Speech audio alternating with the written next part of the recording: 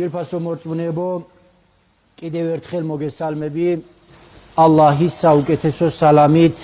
ესსელამუ ალეიკუმ ვა რაჰმათულლაჰი ვა ბერაკათუჰ. დღეს მინდა გესაუბრო ზღვარ გადასულობაზე, რომელიც სამწუხაროდ დედამიწაზე დღეს წუფევს. ძვირფასო მუსლიმებო, ყოვლის შემძლე ღმერთმა ქმნილებათა შორის საუკეთესო ფორმის გაგვაჩინა.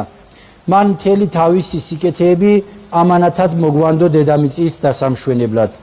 ჩვენი მოვალეობა ამანათს ყურადღება მივაქციოთ და დავაფასოთ ყოველი სიკეთე, რომელიც მან მოგმადლა.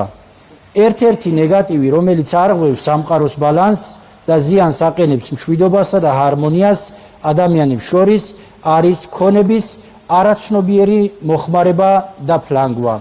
ფლანგველობა ეს არის დედამიწაზე არსებული რესურსების უპასუხისმგებლოდ მოხმარება.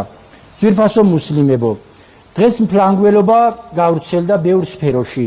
სამწუხაროა, რომ მაშინ, როცა მსოფლიოს სხვადასხვა კუთხეში არის ხალხი, რომელსაც ლუკმა პურის ფული არ აქვს და სჭირდება, სხვა რეგიონებში ტონობით პური და საკვები უპასუხისმგებლოდ იყრება ნაგვის ურნებში.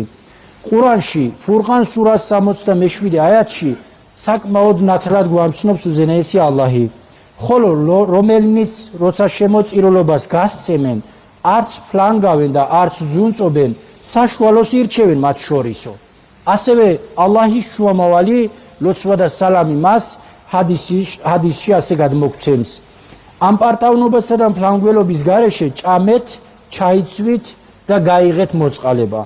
ფლანგველობის ერთ-ერთი ყველაზე გავრცელებული სახეობა ჯანმრთელობისა და დროის ფლანგვა. ჯანმრთელობის ფლანგვა ჩვენი სხეულისა და სულის საფრთხეში ჩაგდება მავნე ჩვევებით, რომლებსაც არანაირი სიკეთე არ მოაქვს ჩვენთვის არც სააქაოში და არც საიქიოში.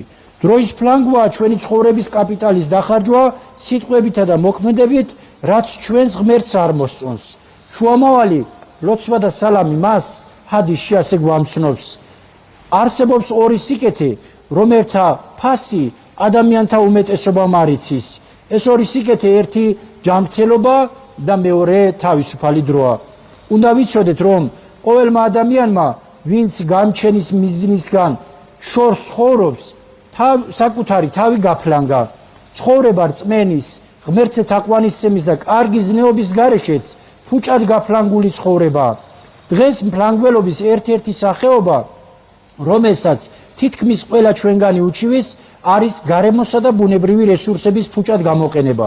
ადამიანთა დაუოკებელი სურვილები, გადაჭარბებული მოხმარება და ფლანგველური ჩვევები იწვევს ბევრ ეკოლოგიურ პრობლემას, რაც ართულებს ჩვენს ცხოვრებას და აბინძურებს ჩვენს სამყაროს.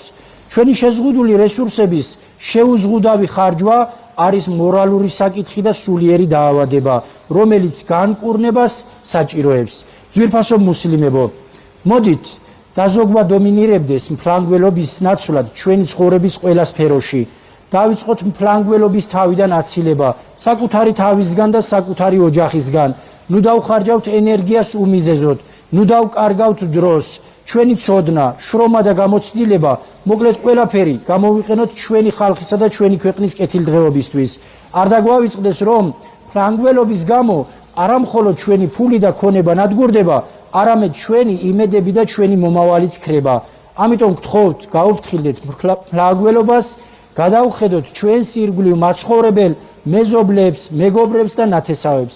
გვერდში დაუდგეთ ერთმანეთს ამ რთულ პერიოდში და გავითვალისწინოთ ჩვენი შესაძლებლობები.